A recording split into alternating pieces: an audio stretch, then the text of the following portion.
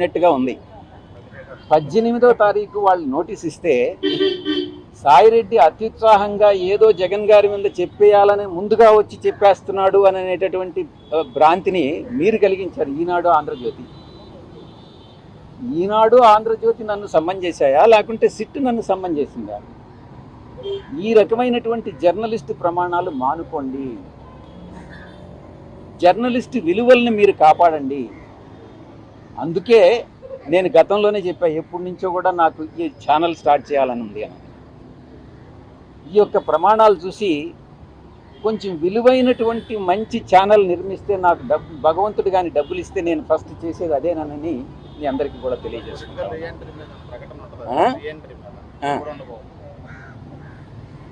మీరు నన్ను ఎప్పుడు పొలిటికల్ రీఎంట్రీ అడుగుతారో ప్రజలు, పొలిటికల్గా మీరు ఎంట్రీ కాండి, రీఎంటర్ కాండి అని